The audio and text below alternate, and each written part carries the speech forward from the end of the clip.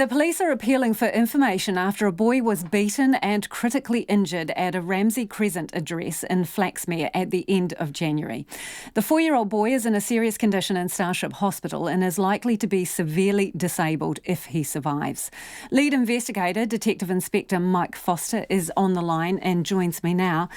Detective, this case sounds horrendous. Can you start by giving us a bit of an overview of this boy's injuries? Well, look, 2 weeks ago now, this boy was taken by ambulance to the Hawke's Bay Hospital with severe injuries. I can't go into detail as to exactly what those injuries are, but he's received extensive injuries across the whole of his body. He has a severe brain injury, which, if he does survive, will make him... half his brain or part of his brain is dead at this stage. So he's going to be severely brain damaged for the rest of his life. Was a weapon used in this assault? Well, at this stage, we're not sure. It's unclear. We're speaking to a number of people. We're speaking to people who are obviously at the address. We're speaking with the extended family as well. So how those injuries became, we're not entirely sure at this stage. Is it your belief it was a single incident or a number of attacks? Well, we believe it's been a sustained beating. It's clear from the medical opinions that the injury that he sustained to the head would have rendered him unconscious straight away. Now, the other injuries, I couldn't tell you, and the medical staff can't tell us whether that's been sustained over the day or the sort of 2 or 3 days prior.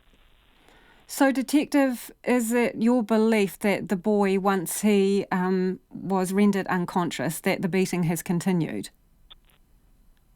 No, I'm not saying that, but once he was rendered unconscious, then he was unable to function again. So whether he's been beaten after that, I couldn't tell you.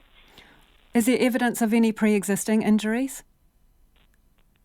Not at this stage. We're still dealing with the medical fraternity up at Starship, so hopefully we might have that information over the next few weeks.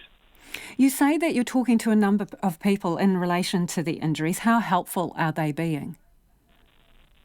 Look, some of them not all of that helpful, to be honest, but we're trying to work with the family. We've been working with the family for the last 2 weeks, so we're going to continue to try work with them.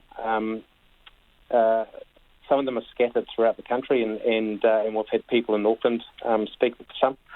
So it's going to be an ongoing relationship with them, and hopefully somebody will stand up and tell us exactly what has occurred to this poor child. So were there other people in the house when this happened? There must have been people in the house when this has happened, because we know that these injuries are not self-inflicted. I mean, besides the perpetrator, is it your belief that other people were present while this happened? There were other people in this house throughout that day, we do know, but at the time of the actual incident, we were unsure. So are they protecting someone? Well, again, we're still working with the family, and we'll be speaking to them on and off for time to come yet. But is it your belief that they are not telling you everything that they know? We believe there is more to be told, yes. That's all I'll say on the matter. So they are protecting the person who potentially inflicted these horrendous injuries on a small boy? Well, potentially it could be, but again, we're still working with this family to find out exactly what has happened to this poor child. Was he in his own family home when this occurred? Yes, he was. So is this an address, a family or a boy that is known to you or any other agencies? We are aware of this family, but and again, that's all I can say on this issue. The child was in his own family home at the time. So how can people help you? Look, we're we're asking for anybody who may have any information on how this child sustained these injuries to come forward and speak with us. We need some people to stand up and let us know what's happened. This poor child will probably never function as a proper human being ever again. So if the perpetrator can't take responsibility and tell us, then we need somebody in that family to tell us exactly what has happened. Seems pretty cowardly, doesn't it? Not to front up, not to say what you know. Yeah, look, I'm thinking that the person or persons who have done this will be going through a range of emotions at the moment. And so, all we can ask is that whoever is responsible, whoever does know what has happened, please come forward and speak with us for the sake of the child. How long have you been a police officer for? 30 years now. Have you seen anything like this before?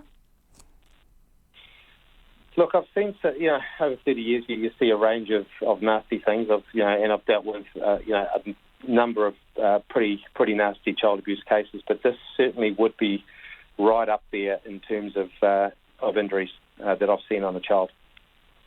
Appreciate your time this evening. That is the lead investigator, Detective Inspector Mike Foster, who was working on a case involving this 4-year-old boy in Ramsey Crescent in Flaxmere who has sustained horrendous injuries. They need the public's help. They're asking you, if you know anything, to ring Crime Stoppers on 0800 555 111. That number again, 0800 555 111. Or you could also call the Hawke's Bay Police on 06 873 0524, 06 873 0524 if you can help at all.